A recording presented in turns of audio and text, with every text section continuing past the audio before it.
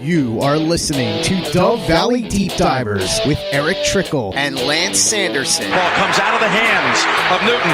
It's on the ground, picked up by T.J. Ward at the 4-yard line. Vaughn Miller did it again. On Overtime Media.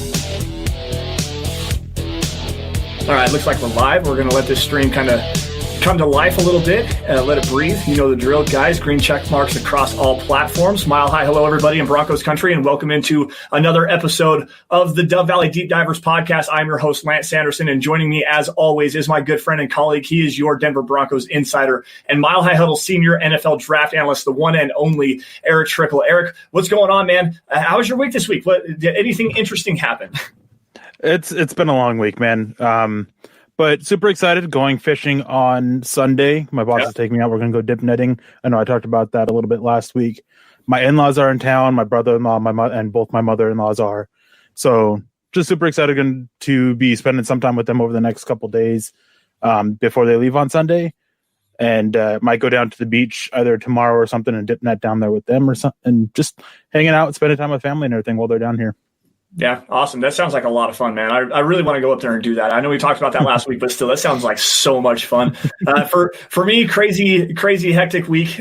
Just long days, very hot. It's been hotter than the blazes of HE double hockey sticks up here, man. I mean, it was 98 degrees today. It was something about like that yesterday as well. Just hot and exhausting days. I'm glad the week's over. Looking forward to this weekend. Going to try to get some baby stuff taken care of.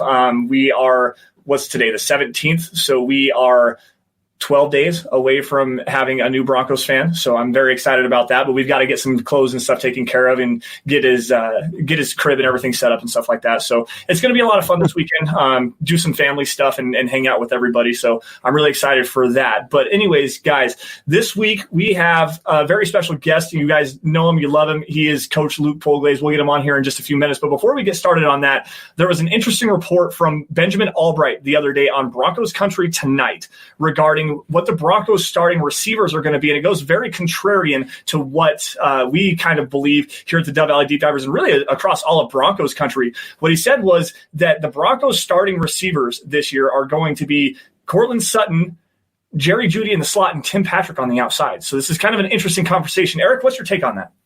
I don't like it. I really don't.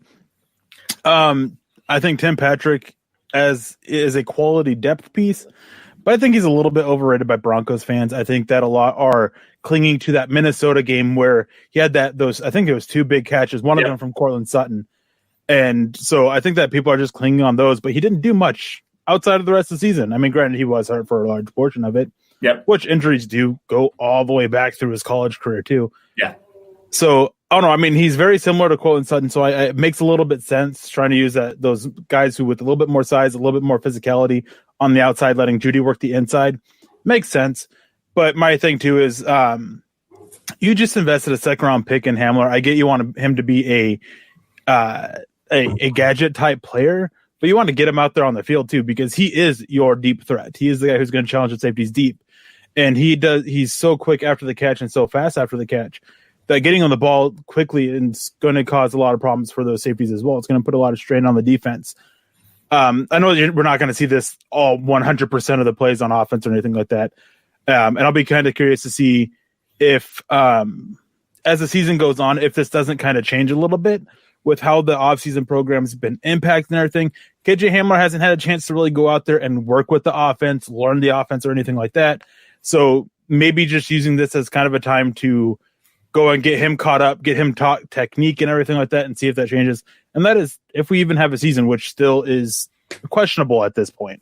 Yeah, I mean, it is just given what's going on in the world. We actually got a super chat. I'm going to grab that really fast, and we'll say hello to the chat before we continue on with this conversation. Cody Potter coming in with a $5 super. Hey, Cody, thank you for joining the Dove Valley Deep Divers podcast, man. We appreciate your donation. If I got tickets off of SeatGeek already, am I able to attend the games this year? That's just it. Are there going to be games? We don't know. There's no definite answer. I mean, they just pushed back. The Broncos just pushed back the rookie the arrival date for all the rookies. I can't remember exactly what day it was, but they just pushed that back another couple of days. So we'll see what happens with that. It's still a very fluid situation, and there's no answers, no solid, concrete answers, and you're not going to find anything from us as far as, especially with Erick with being the Broncos insider. We just don't have any information for you. Now, getting back to the KJ Hamler versus Tim Patrick deal, it's not that I really hate the move, but I do dislike it, just because, as Erick said, KJ Hamler is that deep threat, and he can run. You should see him on a slot fade, guys. The slot fade with him, because he's so quick, the quick initial burst, getting vertically outside, and especially in the red zone. It's another massive red zone threat for the Broncos to have that slot fade, but also stretching the seams a little bit, stretching horizontally over the middle of the field as well is going to be very big for him. But Tim Patrick is not that kind of a player. He can run deep, kind of, but he's more of a comeback receiver. Like, he's going to run that 15, 20-yard comeback. He's going to run your dig routes, your post routes, stuff like that. He's not going to be a true take the top off of a defense with his long speed. He just doesn't have that. He's not that kind of a player. But KJ Hamler, I would love to see him more on like jet motions and stuff like that, getting the Tyreek Hill. Picture Tyreek Hill. That's what I want KJ Hamler to be doing. Jet motions, a lot of deep threat stuff like that. Erick's Tyrox, here we go. But I don't know. I can see why they would want Tim Patrick, because Jerry Jeudy does work so well out of the slot, and he did so at Alabama a lot of the time. In fact, he was primarily lined up in the slot at Alabama, opposite of Henry Ruggs on the other side of the field, who was the single wide receiver, and he was taking the top off of the defense that way, running quick slants and stuff like that. Jerry Jeudy did most of his work in the slot with what's the Waddle guy? I can't remember his first name. It always gets me. And then Devontae Smith also playing on the same side as Jerry Jeudy as well. So I can see where the Broncos are going with that, wanting to get Jerry Jeudy with that elite route running quickness in the slot there. I can see that.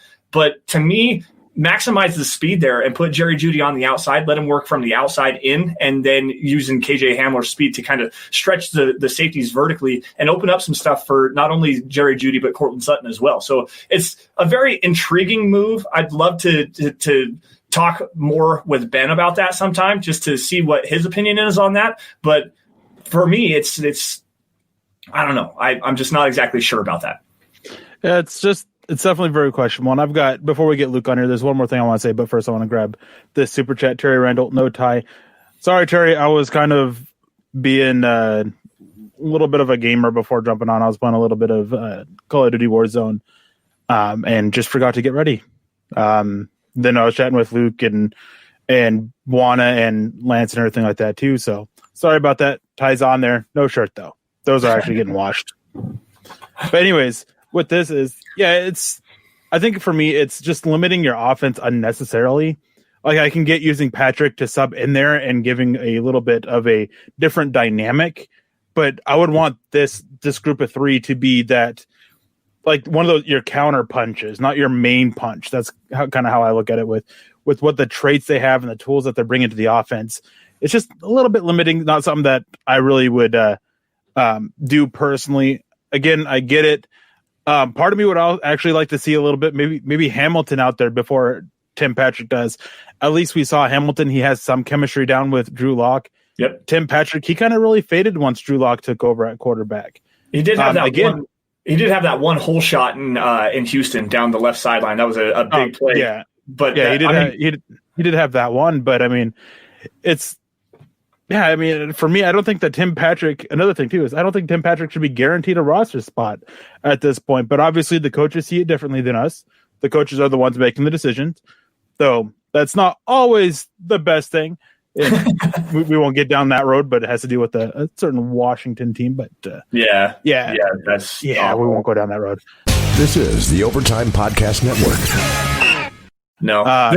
The one reason why I could see Tim Patrick making this roster is because he is really the only true backup to a Courtland Sutton. They're at least similar enough of a player in a play style that you can get Courtland Sutton off the field, give him a breather, put Tim Patrick on. You're not really going to miss a beat there. He's not going to be the explosive kind of player that Courtland Sutton is, but at least Tim Patrick can do a lot of the same things. You're not changing your offense to put Tim Patrick on the field. Now, there's one question here I wanted to grab from Todd Anderson. Judy in the slot could work, but I thought he was a receiver too. Receivers what number receiver you are doesn't really dictate where you play. You can have a wide receiver 1 from the slot. Yep. Christian McCaffrey, he is the Carolina Panthers' number 1 receiver. Tyreek Hill, he is the Chiefs' number 1 receiver.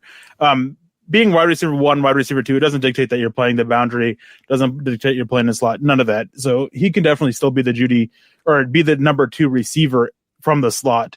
And that's probably what I think will be happening here. And the more I think about it, the more I'm kind of hoping that with Tim Patrick, I'm hoping to see just basically a split with 33%, 33%, 33% with him and 2 other receivers. Of course, one of them being Hamilton, and maybe even getting Fant out on the boundary a little bit, being able to get Okwuegbunam out there. Just a lot of options for it. But I mean, it's just their base thing, so we'll see what happens. Yeah. All right. Another super coming in here from Terry up in Canada, showing that Broncos country is not a geographic location. It is, in fact, a hashtag state of being. Hashtag Erick's Tide Rocks. Hashtag state of being. Hashtag Broncos World. Bombs away for locking the boys. Hey, Terry, thanks, man. We appreciate you. Yeah, and bombs away. I really am very intrigued to see how this offense looks. And this is actually a good way, first, before we get into this, though, to say hello to everybody in the chat. We got Charlie in here, Charlie Beagle saying what's up, Todd Anderson, Kenneth Booker, James from across the pond, Talon showing it. That's a new name to me. Obviously, John Bawana Beast doing his thing. Robert Caslow, Anthony Cordova on Facebook. What's up, dude? The clap back to Mike Kliss. We'll break that down here in just a minute. I'll come back to that question. Make sure to ask that question again here in just a little bit once we get to the questions part of this. But for right now, guys, going back to the Broncos offense and how this thing is going to unfold, we're going to bring him in. He is the wide receivers coach at Kenyon College. He is our very good friend, the godfather to Erick's daughter. He is the one and only Luc Polglaze. Luke, what's up, man? How we doing? I'm doing well, guys. Thanks for having me. I appreciate the opportunity to be back again. Take a little bit of umbrage with saying coaches shouldn't make decisions. I think I do all right for myself. But if we're questioning decisions, we should probably be questioning the color of that tie with that shirt. It was the nearest tie near me. Okay. Hate to see it. But thanks for having me, guys. Really excited to be back here again. Yeah, man. Yeah. It's great to have you. Go ahead, Erick.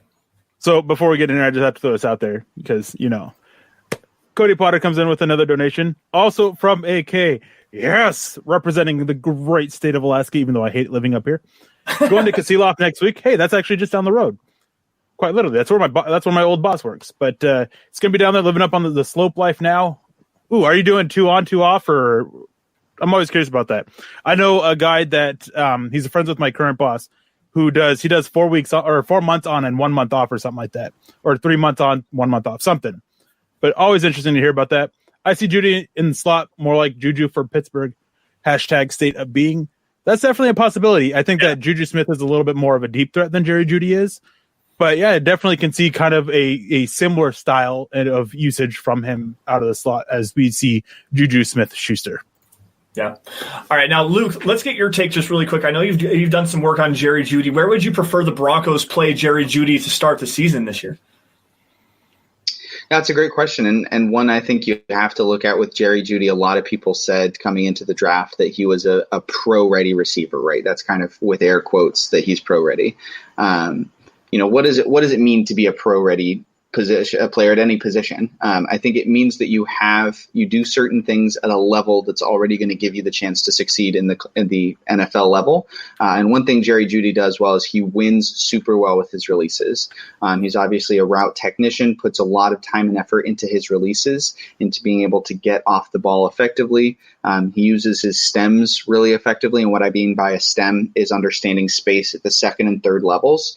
So he understands where a linebacker or an overhang is going to come out to meet him, or where the safety is over the top, right? He understands the leverage of all those different defenders, and he's really creative in finding space amongst all of them as well. So he's just very, very smooth. He's very polished already, and obviously there are things that the Broncos are going to be able to coach him on that he's going to be able to improve and get better at. But just right off the bat, he's so smooth and polished that honestly, with his advanced understanding of space, I think you could play him at really slot or outside. Yeah. And I think that could be an easily, a situation where the Broncos are looking at him on their board and saying, hey, this is a guy who can play a lot of different positions for us. That's going to give us a lot of flexibility to maybe move some chess pieces around. And honestly speaking, as a coach, a lot of times when you go into a camp, you might have a couple guys that you'll start out the first couple days as starters, and that you still keep those open competitions, and you kind of move some chess pieces around. You kind of see where guys fit, and you give guys the opportunity to compete for jobs. I've never been in a situation where all 22 starting spots are locked in going to camp. It just doesn't happen. So especially with a guy like Jerry Jeudy, I think they'll give him a chance to try a couple different spots, maybe see where he feels most comfortable, but also where they're going to be able to get the most value from him, because he's going to be one of their best 11 players that they got to get out on the field some way, somehow. Yeah. Oh, yeah, definitely, for sure. And I think I can speak for Lines, too. I know you don't know much about Tim Patrick. I asked you about it well before we went live, actually a few days ago. But our biggest issue is more so of Tim Patrick being out there. I mean, what you hit the nail on the head with Jerry Jeudy is you can't use him from anywhere. But it's just with Tim Patrick, after investing what they did into KJ Hamler, it just doesn't make sense to me. But you are also spot on with that. He's not locked in there, and there's a lot that can change during camp, preseason, or whatever that ends up happening with the preseason and all that stuff this year. Still don't know yet. So, yeah, you definitely hit the nail on the head. But we're going to move this along because we brought you in to talk about Melvin Gordon and kind of what to expect out of him as a player and everything like that, and just kind of get thoughts of a running back coach on Melvin Gordon. So go ahead. Absolutely. Well, and I'm going to throw this out there with a quick preface, which is I'm not a medical expert, which I know that is kind of one of the big things with Melvin Gordon is, I'm not a medical expert. I'm not a capologist. I'm not going to be here and say, I think based on the value or who's on the market. We were just talking before we hopped on here. I don't watch a ton of NFL as much as I used to, so I'm kind of disconnected with certain things. So you're going to have to bear with me that some of my takes aren't necessarily going to be about the strength of a signing or anything like that. But what I can do is give you an explanation of what my thoughts are on him as a player. For him, I thought that the Chargers offense last year ran a lot of multiple, very different run schemes, and I thought he executed all those very well. They had kind of your classics, inside zone, duo, wide zone, kind of a mid zone type deal. They ran a little bit of pin and pull, a little bit of counter toss, a little bit of counter tray. So with all those, you've got different coaching points for each individual play. You've got to be able to execute different assignments on each play. So for him, he's already come from a pro style offense in college. He's already used to running things at Wisconsin that he's well set up for in the pros. And so he's able to run a lot of different things, and I think is pretty versatile, to be perfectly honest. A couple of other notes for me. He does a great job of running behind his pads. And I'm going to take a moment and kind of talk about that. For me, when I talk about a running back running behind his pads, which I think is something I've talked about on this show before, is it means when he's going through the hole, right? When he's bursting his way through, when he's going through traffic, he lowers his pads. We always talk about pad levels, coaches, about low man wins, and about being able to deliver a blow and create leverage, right? Because someone coming from up underneath is going to be able to generate more force. So someone who runs behind his pads is a guy who has great low pad level, that when he runs through, his pads are more or less leading the way as he hits the hole, right? He's protecting the rock. He's behind his pads, and so it's not a situation where the ball or where his chest is leading the way through the hole. He's running behind his pads. He's running with a great low center, and that makes him harder to tackle ultimately, and it gives him great leverage of running through tackles. Now, there's one thing specifically that I wanted to ask you about, and this is a big reason as to why the Broncos brought Melvin Gordon in, specifically as a pass protector and as a pass catcher. But first, what are the things that Melvin Gordon does as a pass protector that separates him from a lot of guys in the NFL? I think he has, obviously when you're a guy with Phillip Rivers, you're going to be expected to protect the quarterback, right? Phillip Rivers is, to put it kindly, probably not the most mobile guy on the field. And he's a pocket passer, so you got to be able to create a pocket for him to step up in. The thing with Melvin Gordon is he's been in that scheme for years. He understands the pass protection, and he's involved in making the checks at the line. What I mean with that is when the quarterback goes up to the line, there's kind of a long running term in running back circles, is that the running back is the assistant quarterback. So whenever the quarterback goes up to talk to the line, the running back should be right on his hip listening in as well, because he needs to be in every single line call that gets made. So Melvin Gordon, the way that they typically run their offense a lot of the time is with some kind of play fake. So he'll have a play fake and often kind of cross over to the other side to pass block. There was one where the Packers brought 2 off the edge against him, and he had to really kind of haul over and get on his bike and get that last guy. But he's got great agility. We know that he's a great side-to-side runner, and that translates so well in pass blocking. The other thing is he's just a really smooth, polished pass blocker. And one thing I noticed really time and again was when he runs checkdowns, like, it is beautiful. Like, he'll step up, scan, like he's going from his read points to another, right? So he knows he's got, say, he's reading from that guy to that guy to that guy. If any one of them blitz, you'll see him go pop, pop, stop, pause, and then get out in his check down. Like, the timing really is immaculate. He's obviously really well polished and really well drilled when it comes to that. Man, so great stuff. With adding that to a young quarterback like Drew Lock, who has 5 starts in the NFL, how beneficial can that be towards helping Drew Lock and helping him kind of grow as a quarterback with having somebody like Gordon who can do that with the timing so perfectly? Mm-hmm. Yeah, well, and I think it comes down to you're going to have different offensive schemes that have different things involved. Maybe the Broncos with a young quarterback, they're going to take something off Drew Lock's plate and they're going to let the center make the line calls. So the center's going to identify the blitzes. The center's going to set the protection. That's probably more of a college thing than it is an NFL thing. I would imagine most NFL teams, no matter what, are going to give the quarterback the ability to set his own protection. But with something like that, you've got a guy like Melvin Gordon who's seen so many different pass protection fronts and blitzes. He's going to have a great role. And if he sees, something where a player is threatening a blitz or something like that, he has the ability to call that out and get the quarterback in line's attention so that they can adjust their protection as necessary. The one thing as being a running back is, the O-line is going to do a great job up front, but you have to be that second level of protection for the quarterback. So you have to be sure of what they're doing, because if you think they're doing one thing and you're in a different scheme entirely, then that's when your quarterback gets hurt. And so he's a veteran guy. He's been in that kind of role for a long time. He's a bigger, we talk about he's a bigger power back. He's still in on the third and short, man. Like, he's still a third down back. He still gets in there to block. Yep. He's still very much relied on as a major blocking component in pass protection. So when you mentioned the offensive line, I just kind of want to get your quick thoughts on this. Now, in his career, Melvin Gordon has only been over a 4.0 average per rush once, and that was in 2018, where he only played it and started in 12 games. Every other year, it's been 3.9, 3.9, 3.8, 3.5. Now, we already know how dependent the running backs are on the offensive line. So I don't know how much you focus when watching Melvin Gordon, that you looked at the offensive line, but can you speak about how much the offensive line potentially hurt Melvin Gordon with their inability to run block? Yeah, absolutely. And I think, when you look at a player, it's hard to evaluate one player in a vacuum, especially with something as complicated as a running back. Running back is one of the most complex positions on the field, because they have to know the pass pro scheme, they have to know the run scheme and their keys, they have to know the passing overall offense, because they have to know where their checkdowns fit into it. So a running back is an assistant quarterback in so much more than just the initial sense of every time the quarterback walks up to talk to the center, the running back goes with him. So one play jumps to mind in particular. Again, the Packers, this was like week 9 of last year when I was watching. They were running inside zone. So inside zone for the running backs, pretty straightforward keys. He's going to press front side. He's going to usually attack the kind of where the double team is forming.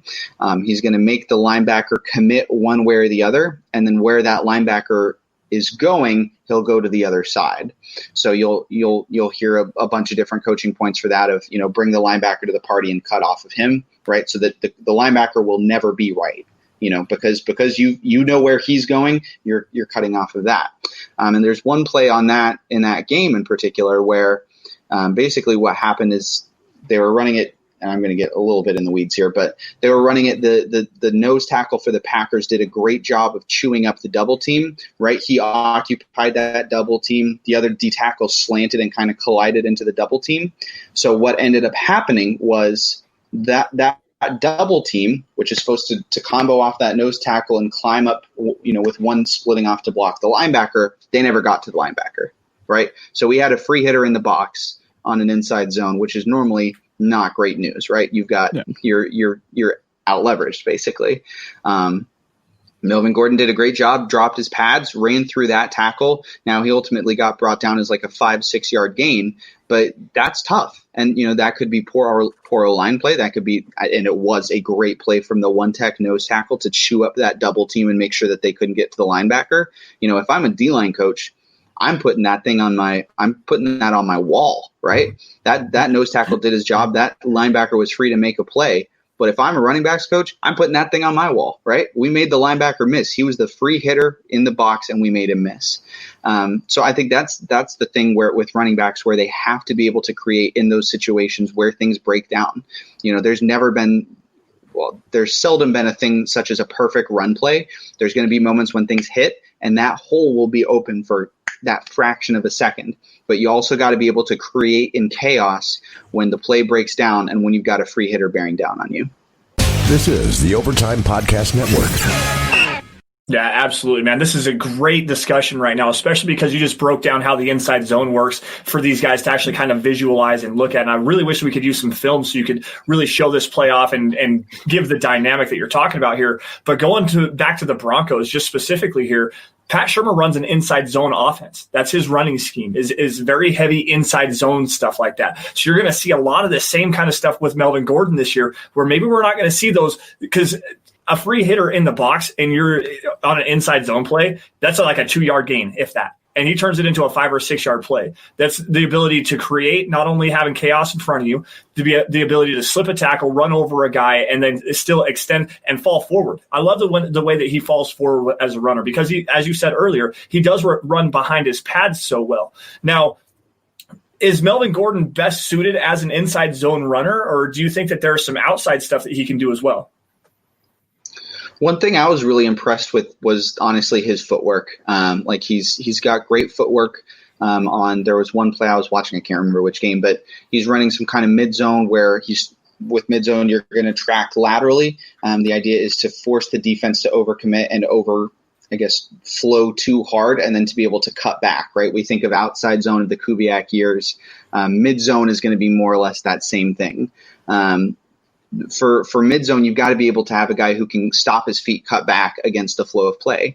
And that's one thing I think he does really well is when he finds that one cut, he sticks his foot in the ground and he gets vertical. I didn't in the games I watched, I didn't really see the Chargers running a lot of power.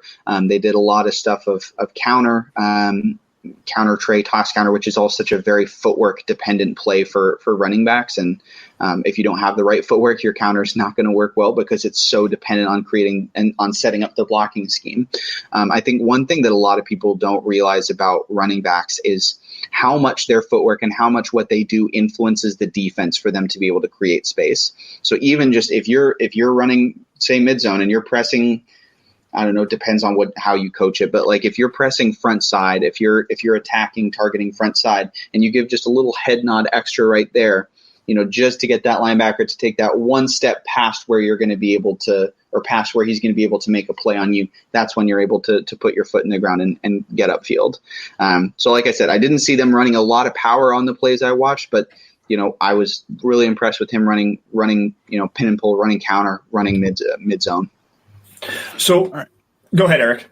I just want to say, get this in here. David Kilgore, $5 donation. Thank you, David. Are you meaning to ask Luke? It says, hello, Steven. Want to know what your thoughts on KJ Hamler. Do you think he's better than Ruggs in Las Vegas? Were you wondering about Luke for that or what? I think he was just saying hello to Steven. Steven Baumgartner in the chat too. But yeah, I don't think that he's my personal opinion is I don't think he's as good as Ruggs is. I think that Ruggs is a guy who he only had like 3 career drops, and KJ Hamler is a guy who dropped 16, almost 17% of his passes last year. So I think there's definitely that big difference with their hands. And Henry Ruggs is built a little bit bigger, a little bit better build. I mean, he's not a huge receiver. He's still a little bit. He's kind of like an average size receiver a little bit. And KJ Hamler is definitely a little bit smaller. So those are just two things that I do think that Ruggs is better. But for when Denver got KJ Hamler, I'm perfectly fine with that. Yeah.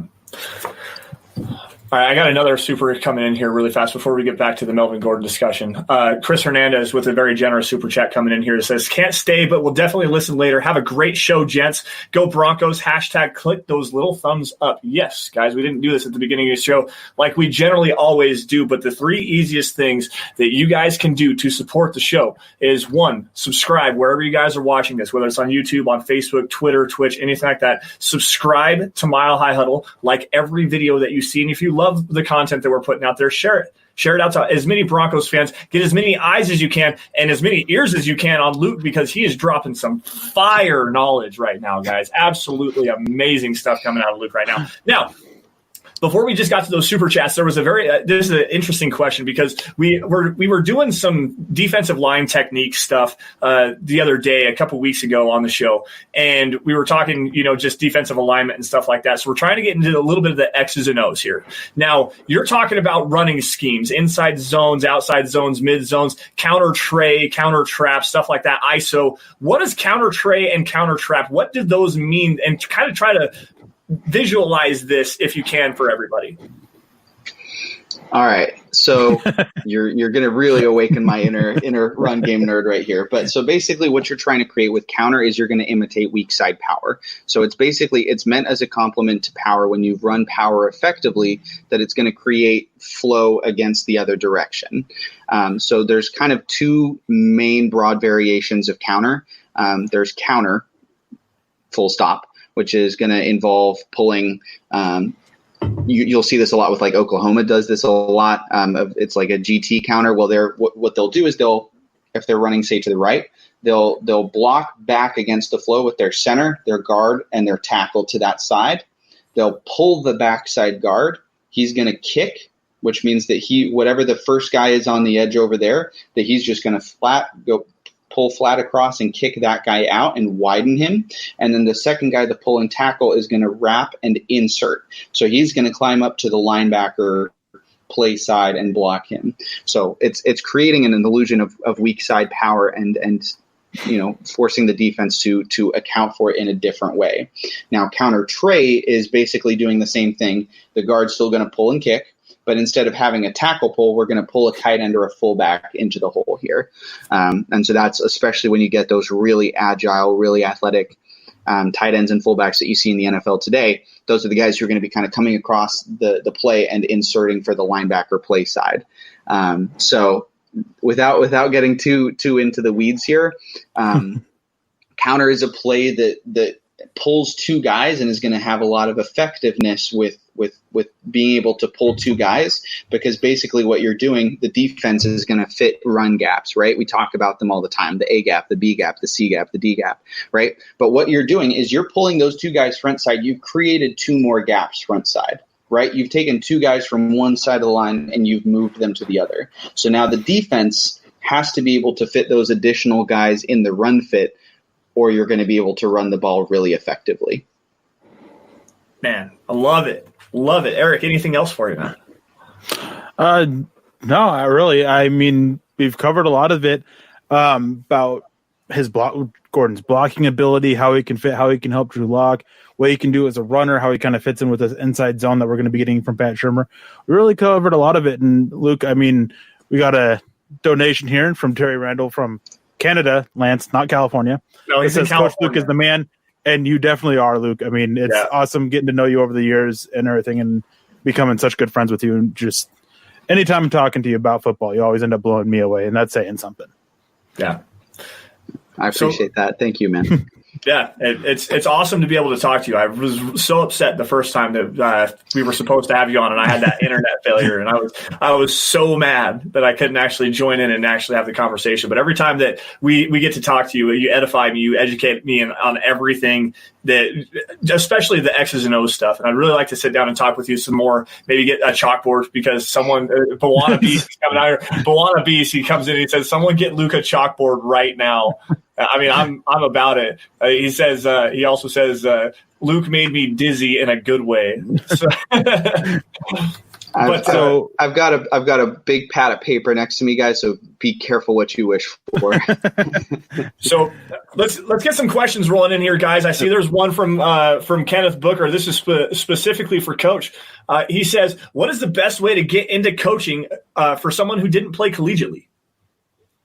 That's a great question, Kenneth. Honestly, and I'll be honest with you guys, like Eric knows this about me. I didn't even play in high school. I was a tennis player for 9 years. Like I've never played a snap of football in my life. And it's been an amazing opportunity for me to get to coach, 3 seasons so far at the college level. Honestly, like the best thing I can say is go to your local high school, say, hey, I want to get involved. I want to start coaching in some way. High school kids across the country, like they need help. They need your support of being a teacher or being a coach, whatever it is. And like, if you can go and be a positive influence in a young man's life, that's an amazing opportunity, while at the same time getting to strengthen your understanding for the game of football. Like I didn't start coaching receivers until about a year ago, literally on the calendar right now.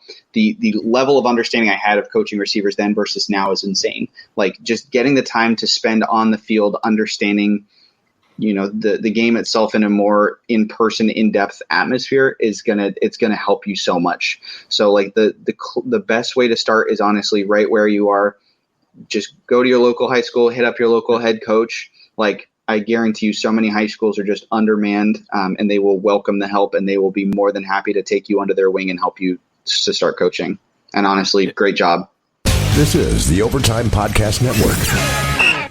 Yeah, and on that a little bit is, I'm not coaching in college or anything like that, but I've done a little bit of coaching locally and stuff. And yeah, it's just the same thing. Is for me, I had a teacher when I was in high school who her husband coached one of the local football teams, and sat down. I just talked to him one day. He came in for lunch at high school, and afterwards he's just decided to bring me on for a little bit and just see what I could do. He had me watching tape, breaking down tape from other high schools and everything like that. So not really coaching, just kind of breaking down tape and stuff. But yeah, you can always just go in to a local high school and just ask. Like it doesn't hurt to ask if you want to get into that coaching. It's a lot of work. It can be a lot of time. Can be very frustrating dealing with some of these high school kids at times. I know it was for me. It was definitely also frustrating dealing with some of the other coaches. Yeah. So definitely a little bit everything, but yeah, just go talk to your local high school. I mean, at the very least, I know a couple other people that they didn't play or anything like that, and their knowledge of football wasn't that much, but they were still willing. The coaches and everything were still willing to bring them in, and they were helping teach them how to coach and about the schemes and stuff, as well as the high school players. So that's really your main step. Being a volunteer, man. Just go be a volunteer. And don't expect anything out of it. Just go and have fun. That's the biggest thing. Learn as much as you can. Be a volunteer. Help the kids out. Be a positive reinforcement for guys. If you have to chew a kid out, then you have to chew a kid out. That's part of being a coach. But do whatever you can. If nothing else, go hold a tackling dummy. Like go be a tackling dummy for somebody. Like that. There's always room for more people to help, especially in a football practice, especially in a high school setting. Like they're underfunded. They're understaffed all the time. So if you have just whatever local high school, even your local middle school, elementary school, if you got Pop Warner football, like that's a really easy way to go in and just become a coach, and help. And if you want to learn some more X's and O's stuff, always reach out to us on Twitter. You can find me at Sanderson MHH, Eric at Erick Trickel, Coach Luc at Luc Polglaze. So I mean, there's a lot of easy ways to get into coaching. So you don't have to really be. It helps if you have a public or a PE certification. If you have a little bit of education in physical education, something like that really helps, just because you've at least put in some work and you understand the education side of things. Because especially with young kids, young high school kids, like you got to be able to be an educator as well. But even you don't really even have to have that. It just helps a lot, and you'll get some more eyes looking at you, especially if you're doing a good job. So I want to grab this. There's a question I want to grab too after we grab the super chat from. Wait, did we grab the one from James already? No, we super haven't. Chat. No. So James came in with the $5 donation. Well, not dollar, but pounds. What is Pounds. It? Pounds. It says, this pod is truly enriching. Thank you, Coach Luc, for your insight. James, thank you. I mean, your support's always awesome, and we're always glad that you're able to make it and stay up so late to watch and everything. And then Robert comes in. Are there any famous coaches who didn't play football in college or the NFL? Well, Vic Fangio. He didn't play in college. He only played in high school. Wade Phillips is another one. He didn't play in college either. Did Bill Belichick play in college? I think he did. Bill Belichick played, I believe, at a D3 school, which the name is escaping my mind right now. Right, that's right. If I'm not mistaken, Adam Gase also did not play in college. I think he may have played in high school, if that. There are absolutely coaches that you've heard of that you probably just don't realize didn't play in college or the NFL, but probably more of them not in the NFL than in college. So I got another question here, and this was from earlier, and I wanted to grab this again from Robert, who comes in with the best questions. This guy has he wants to learn a lot. Not playing favorites or anything, guys. No, Robert is awesome. I shout him out on Twitter after every single show for the great questions he always brings. But he come in with this when we were talking about Tim Patrick specifically, because I said he's going to excel at the 20-yard comeback routes, a dig route, and a post route. And he asks, what is a dig route and what is a post route? And now, you being the wide receivers coach at Kenyon College, I think you have a pretty decent idea on how to explain this, Luke. So why don't you go ahead? Yeah, absolutely. So a dig and a post route are kind of two of your deeper route patterns that attack the middle of the field. So, for instance, with a post, you're going to usually climb to about 8 to 10 yards, stick your outside foot in the ground, and you're going to break literally to the goal post, right? The big old thing, it's hard to miss. Like, that is the post that you're aiming for. So you're going to break and kind of go at like a 45-degree angle out the top. A lot of the time, this is going to be your deep shot kind of play. A lot of the time, you'll get this with any kind of play action, because play action is going to try and suck the safeties down, right? Because they're going to read run. They're just going to leave a little bit of room over the top for a play action. And so you can hit the post. Digs, on the other hand, you're going to get to about the same depth usually, and you're going to break that off at 90 degrees. So you're going to climb to your depth and then break straight across to the opposite sideline. A lot of the time, if you're on like a yard line, you'll run literally right across the yard line. So a lot of teams, especially this is kind of an air raid deal, will run a dig with like a shallow underneath, because what you're trying to do is create some high-low separation. You're trying to put the linebackers in a bind, make them choose between playing the shallow or playing the dig, and you'll be able to hit one or the other. So a post is going to be breaking a little bit deeper. Dig is going to come across the middle of the field. Yeah, typically a 10 to 15 yard square in would be a dig route, more or less.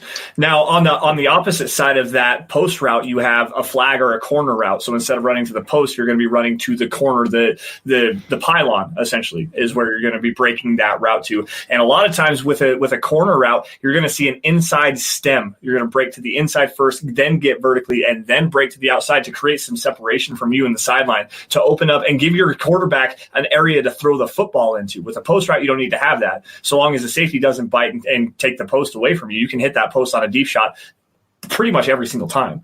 On a corner route, Luke, correct me if I'm wrong on this, especially if you're lined up as an outside receiver on the line of scrimmage, you're going to want to have an inside release off the line of scrimmage, get inside a little bit, and then get vertically. So what is it, not like really a slant go and then break? What is it, like 3 or 4 yards worth of getting inside, then vertically 10 yards, and then break to the outside?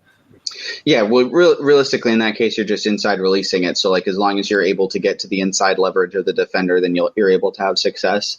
I don't think, corners, I think you can run easily with either an inside or an outside release. Really, it depends on, with the corner, so much of what's important is what's called stacking the defender, where you're basically putting the defender in your back pocket. He's behind you and he's not able to react to. So yes, it's probably not a great idea to outside release an outside breaking route, right? You're kind of taking away your own space for the quarterback to throw the ball. I know we've talked about this on the podcast before, but one term that the coaches will use is it's called the red line, which is basically the line that receivers want to stay on, usually about the bottom of the numbers, to leave that much space outside them for the quarterback to deliver the ball. So if you're fast enough and you can outside release that guy, stack him, get on top of the DB where he can't get to you, and get to the red line, that's when you're going to be able to break kind of towards the corner with a little bit more success. All right. And I got a question here from Cody Potter, kind of going back to asking about how to get in coaching. Goes, I feel like I would be a better scout than coach. Any help on that? Luke? Yeah, and One thing I will say, like, as I know these questions keep coming up and they're awesome and I'm all about it. If you guys have any questions or you want to reach out to me directly, obviously my Twitter handle is on the screen at Luc Polglaze. Feel free to reach out to me. Like scouting, honestly, a lot of high schools are in the kind of the same boat where you've got a guy who's the head coach, maybe a couple of assistant coaches. The head coach is a teacher full time at the school on top of that. He's flat out busy. He's got to design practice. He's probably going to be the offensive or defensive coordinator, maybe special teams as well. He's got a ton of responsibilities. Maybe he gets to watching film of the opponents. Honestly, in some high schools, maybe he doesn't. The team is just going to be able to run their scheme against kind of whatever they see, and to be able to adjust from there. So honestly, like, don't discount scouting in high school, especially because that's going to be high school. A lot of the time is going to be pretty straightforward, simplistic offensive and defensive schemes. It's going to be helpful for you to kind of start to identify those. I watch NFL film, guys. I don't even know what they're running some of the time. Like, I know that there are college teams that run 27 different run schemes. My team runs about 7 or 8. Like, if a college team runs 27, like, imagine what the pros run. Like, be able to just kind of take a step, one step at a time, build from there. Like, I guarantee you that there are high school coaches across this country who would love to have a guy on staff who just, even if he doesn't feel comfortable coaching on the field or, wants to kind of build into that, just scouts the other team that they're about to play that week and tells them what they run. And on that is, as Luke said, just go talk to your local high school, and don't want that to seem like it's a cop-out or anything like that, but what he said is at least here in Alaska, there are a lot of coaches that they aren't able to get to watching tape on their opponents because they just don't have the time for it. Now, I saw earlier that you said you were up in Anchorage, and it might be a little bit different with the high schools up there because they're a little bit bigger. Down here with KCHS and So High and all that, the coaches, they don't have time. I mean, the head coach for for KCHS is a state trooper, so he doesn't have time because he has his other job and everything like that. And that's what I was able to, what I was originally brought in to do the first time when I was working with So High was to go and be a break down college tape and everything like that. So yeah, that's one thing to do it. And there's also a great resource out there for people that's called the Scouting Academy. That, if you get your basics down and everything like that, that is a great step. They constantly put out on their Twitter feed about the success stories that they've had of people getting into being college recruiters, even NFL scouts. So that's definitely the way. I got into doing it just basically for fun. And then I was in a comment section, and it was actually Mr. Luc Polglaze and Chad Jensen, our boss here at Mile High Huddle. They were Pro Football Focus. No, not Pro Football, Pro Football Spot. Yeah. Was the name of the site. And I was just commenting, and one day they just reached out to me and everything. And then from there, it just kind of grew, and I just got more into it and everything like that. And I've heard some stuff about NFL scouts that I don't want to do it professionally, like just time away from home and all that stuff. But yeah, that's just, there's a lot of great resources out there. Scouting Academy and local high schools are two of the best. Yeah, the Scouting Academy, I thought about doing that a couple of years ago, and if I'd have had the money to be able to pay to be able to do that, I probably would have, just because it seems like that's what I always wanted to do. I love scouting the draft, and I do it my own way. I have my own terminology, my own lingo. Everybody does. We're actually, I'm going to tease this just a little bit. We're going to break down and define some scouting terms here in a couple of weeks. Eric and I have been talking about this one for the last couple of days. 3 weeks from now. But we'll get to that. Just the different terminology and stuff like that. Watch film. That's the easiest way. First and foremost, watch a lot of film, everything you can. Try to learn as much as you can. I know that Matt Bowen did a very good series on Bleacher Report a couple years ago about breaking down. I mean, he went offensive schemes, he went defensive schemes. What does it mean is to be a 3-4 over and under? What kind of coverage schemes, cover one robber, covered like a Tampa 2. He broke down literally every aspect of football. It's a long read, but it's very, very good, insightful knowledge. I learned a lot from reading that as well. And in fact, we're going to do another tease here. We're going to do some coverages as well. I saw a question about this earlier. Tampa, that's 2 weeks from now. But the complex coverage schemes and stuff, we're going to break down some simplistic kind of stuff like that. Luke, I'd love to get your insight on some of that as well, actually. On coverages, man. Well, and it's funny because you'll get different, levels of the game, and certainly at the pro level, like with run schemes and diversity of those, there's a million different coverages and a million different little things they'll do. At the high school level, your kind of primary coverages are 0, 1, 2, 3, and 4, right? Both, all of which kind of roughly refer to how many not necessarily safeties, how many defensive backs are playing kind of higher in the field, right? That they're kind of keeping a little bit more of the game in front of you. And even something that's called a cover 4 can look so different for so many people. Some people are going to play a really soft cover 4, right? They're going to have their corners off at 8-9 yards. They're going to be able to keep everything in front of you. You look at a guy like Pat Narduzzi at Pitt, plays a really aggressive cover 4. He's basically going to lock down the 2 outside receivers, basically play man on them, and then have his 2 safeties kind of a little bit lower, 8-9 yards, so that they can play the box. So he's basically created a 9-man box so that he can play the run and get bodies to the run really effectively. And honestly, another great resource if you guys are really want to get into this and have a little bit of spare cash to kind of throw at some things. Both the Glazier clinics and Nike Coach of the Year clinics usually do these kind of circuits where they'll go to major cities around the country. And a lot of the times high school staffs will go to those, which is a great networking opportunity to get into coaching. But there's a lot of guys just kind of off the street who go to those. I had the opportunity to go to one, and Coach John DeFilippo, who was then the quarterback's coach for the Eagles, gave 3 talks back to back to back. And if you're a football nerd and there's nothing you want to do more on a Saturday morning than listen to him talk about red zone, like ways to attack red zone coverage out of empty, oh my God, it's the best. Like, if that speaks to you, like register for one of those. Like, that's a great way to just learn so much about the nitty gritty of the way certain people do their defenses or their offenses. Yeah, and I just saw this comment from Dave Darlington and said, I refereed at high school for 17 years. After the game, I would get with coaches if I saw tendency so they can coach up the kids. Yeah, and there was actually a guy I was talking to, the local high school coach, the one who's a state trooper, just because I see him almost every day.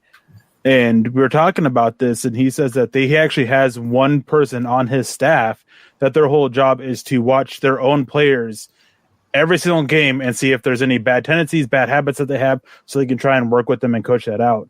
So yeah, it's very common for a bunch of people to do that because, I mean, they want the players to stay safe, and I'm sure you did too back when you were refereeing. You didn't want kids getting hurt. Obviously, I mean, nobody really does. And bad habits and bad tendencies often can lead to bad injuries. So yes, they have somebody that just goes, and that's their whole job. It's just to make sure they're pointing them out. They sit there with the notebook, writing down whatever they see so they can go talk to them afterwards. Yeah. All right. Charlie Beagle coming in here with a question for Luke. Who is Kenyon's most successful NFL player, or is there any Kenyon college players in the NFL? Yeah, well, as D3, it's kind of a unique position that guys come to D3 to play football or play any sport for the love of it, right? Because we're non-scholarship. You won't get any kind of athletic money for getting to play college football at our level. There was a guy who played for the Giants, I think in the 70s or 80s. We were lucky enough to have, this was I think just 3 years ago, a guy by the name of Brian Hunka, who was one of the top D3 receivers, certainly in his year, potentially of all time. I think this predates me. I can't claim him by any means, but he got a rookie minicamp tryout with Washington, which, for a D3 football player, there's maybe a couple guys every year who get that look. And so that was huge. So yeah, we've had some. I think he graduated in 2016. So yeah, we've certainly had one guy get a look at the pros even recently. And that's the funny thing about D3 football is I've had NFL scouts at games before. Like they do look at guys at this level.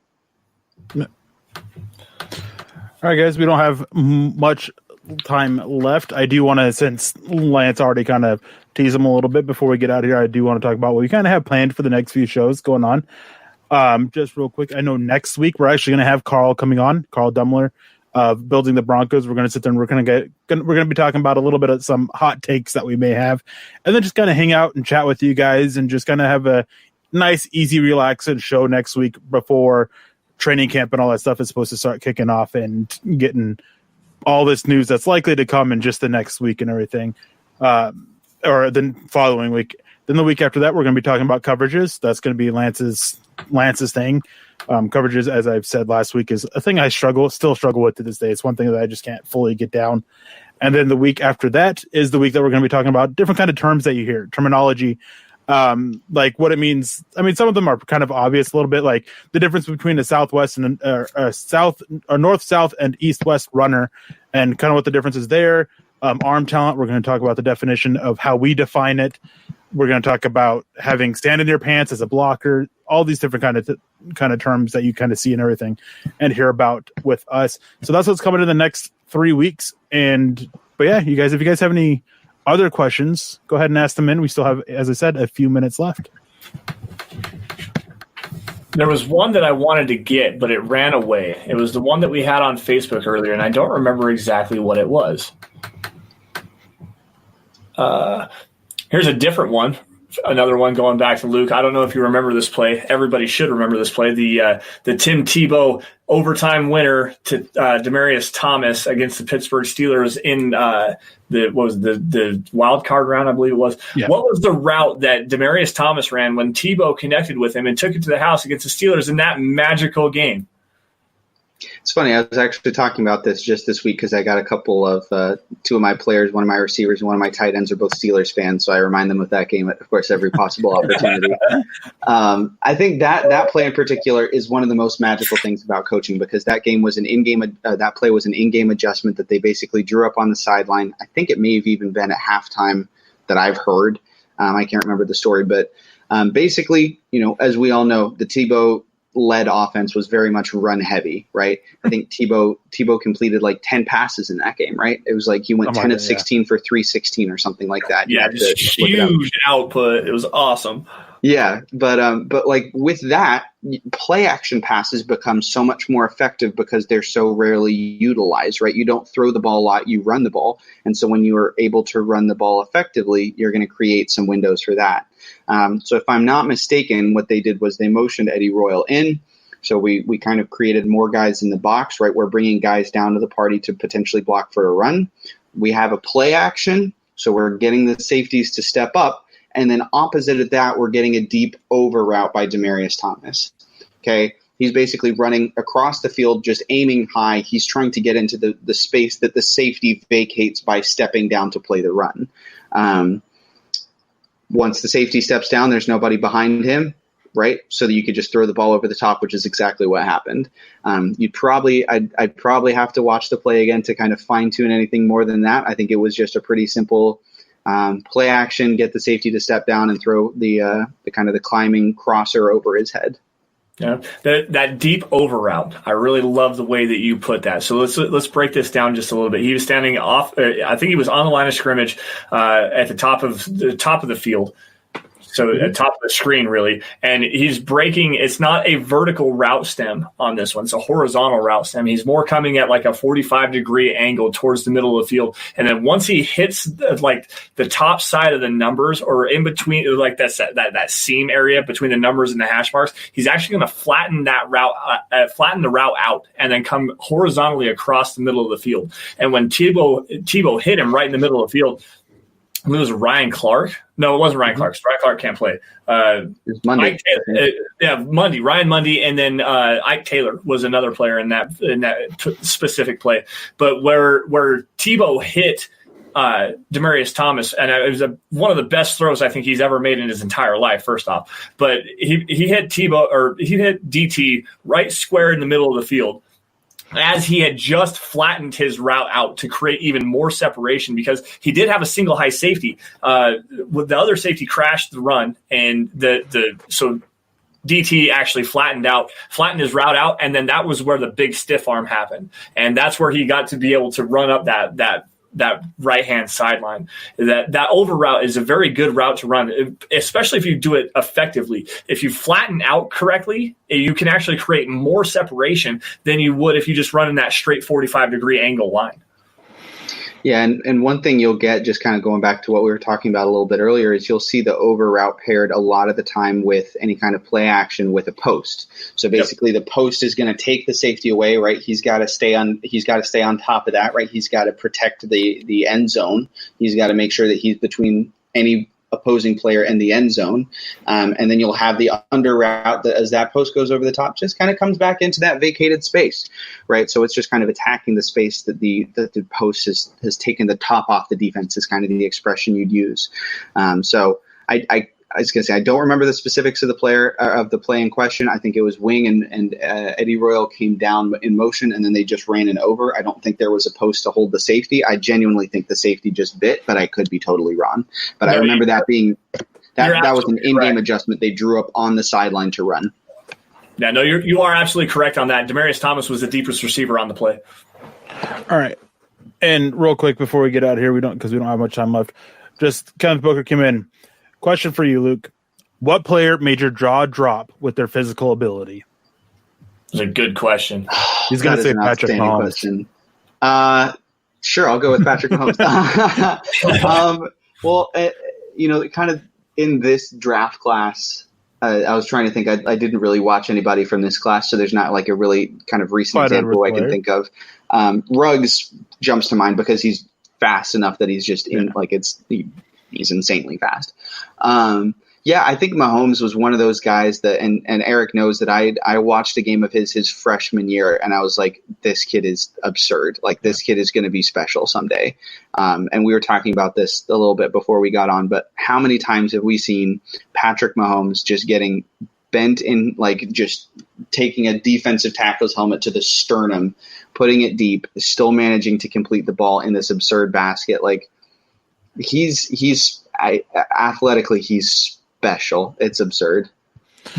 And then real quick, Terry Randall came in with a $2 donation, said Judy's best route, how many yards this year? So actually Pro Football Focus had a list out there of all the top 5 receivers, I think, in their best routes. And I'm trying to remember what Judy's was. I can't remember off the top of my head, but he averaged 16, I think, yards per catch from there, I think, or something like that. I can't remember exactly what it was. It was a post route, I think. I don't think it was a post route. I can't remember for sure, but yeah, it was something from Pro Football Focus. So real quick, how many yards do you guys think that Judy gets this year? I'm not going to answer this question. I'm going to answer that question next week. All right, must be a hot. Is this when you find who the other? He's going to come out and say 4,000 yards for us. I mean, realistically, I don't think it's out of the realm of expectation for one receiver on the Broncos to go for 1,000 yards. Realistically, that's probably going to be a guy like Sutton because he's going to be your most consistent target. He's built that chemistry with Drew Lock. A guy like Jerry Jeudy, I think if he comes in and he has 600 to 700 to 800 yards, that's a great rookie year for him, and he's going to be able to build from that, especially if he's a guy who's a chess piece who gets moved around a little bit to take advantage of some matchup issues with him. All right, I'm going to go with 897 yards, just shy of that, with 8 touchdowns. I'm going to throw touchdowns out there. That's my prediction for him. I don't think he quite gets that 1,000 yards yet, but I think maybe 2021. But if there is a season this year, 898. And then there was one more question here from Wannabeast. That's our moderator, John. And he says, do you recruit, Luke? If so, what is the hardest part and most fun? Oh, man. There's a lot to get into. Yeah, I do recruit. Sorry, real quick, I just got to say, is playing Warzone with you and hearing some of the stories when playing with one of your other coaches, some of them, some interesting stuff. I'm sure some of it's not, you don't want to be say out publicly, but some very interesting stuff. Well, and I think the thing that people don't always necessarily realize is that recruiting involves you talking to a bunch of high school juniors and seniors, some of whom hold a conversation better than others. And like that, you'll have some phone calls with guys and you'll hang up after 10 minutes of awkward silence. And yeah, it's good. And, that's a struggle. But at the same time, I have the opportunity, for recruiting at a high academic school like Kenyon to get to talk to so many amazing guys who are great students, great football players, young guys of high character. At the end of the day, that's what's amazing is in the recruiting process, you're talking about these amazing opportunities for these young players, about them getting to continue their academic and athletic careers at the next level. What's not to love about that?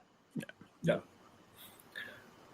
All righty, guys, I think that's pretty much it here. We're going to wrap it up here. We just crossed the 1 hour mark, and we've got to make sure we stick to that 1 hour mark. So, guys, thank you all once again for joining the Dove Valley Deep Divers podcast. We're going to get to matters of business here at the end of this. Make sure you guys are following the show at DVDD_pod on Twitter. It's the easiest way to find out what we've got going on the show. Typically, our updates come on Friday early in the afternoon. That's when we give Chad our topic for the day, and he tweets it out on the Dove Valley Deep Divers pod. We do throw some takes out there. Not very often, but every now and again, I'll throw one out there for you guys. You guys can follow me at Sanderson MHH, for Erick at Erick Trickel, and for Coach Luc at Luc Polglaze. Also, guys, if you are in a financial position and able to do so, head on over to huddleuppod.com. Get your merch. This is the merch booth. Get yourself a hat. Get yourself a T-shirt, a coffee cup, face mask. There's hoodies, something for guys, something for girls. Pretty much anything that fits your fancy. Go on and get that. And if you guys can't or are not able to do so financially, the 3 easiest ways that you guys can support the show, help us grow, help us reach that 10,000 subscriber mark on YouTube. First things first, subscribe wherever you guys are watching, YouTube, Twitter, Facebook, Twitch, anything like that. Subscribe to Mile High Huddle. Like every video you guys see and share everything that you guys love. Get it in front of as many Broncos fans as humanly possible. Also, guys, make sure you guys are following at Mile High Huddle. I'm not going to grab the banner on that one, but follow at Mile High Huddle for instant news and analysis, opinion articles, film breakdowns, and stuff like that from all of your favorite Mile High Huddle writers, including myself, Erick, Nick, Carl, Chad, Zach, everybody. That's the easiest way to stay in tune with what is going on with your Denver Broncos. Now, guys, before we get out of here, Erick, Luc, any last words? Yeah, I'm going to throw this out there too, is since most of what I'm doing anymore is videos, make sure those of you who aren't on the YouTube page, make sure you guys are subscribed to the Mile High Huddle YouTube page as well. Every article that I do for Mile High Huddle also has a video with it, and each video gets promoted up onto YouTube. So make sure you guys are subscribed there as well. I know we broke 7K subscribers there, so help keep us boosting up. Eventually we want to get to that 10K mark and just keep climbing. So I mean, just go like it, so go subscribe. We thank you guys for your support for everything, and we hope you guys really enjoyed tonight. I mean, Luc, we had to take away from his time playing Warzone, but I'm sure he doesn't mind it. So yeah. This is peak recruiting time of the year for me, but thank you again, guys. Really appreciate the opportunity to come on and talk a little ball with you all, and thanks to everybody for all the questions of asking what it takes to get into the coaching industry. Just to throw it to James Campbell real quick, who I think is across the pond. James, believe it or not, our D-line coach here at Kenyon College is Scottish. He grew up in Scotland, played in college at University of Glasgow over there. So there's a thriving American football system in the UK as well. Like, believe me, wherever you go, like, you will be able to engage with the coaching community. So thank you again for the opportunity, and thanks to everybody for some great questions. Yep. Yeah, an amazing football conversation, guys. But that's going to do it for us on the Dove Valley Deep Divers podcast. You guys stay safe and take care and have a great weekend. We'll see you guys next week, 6 p.m.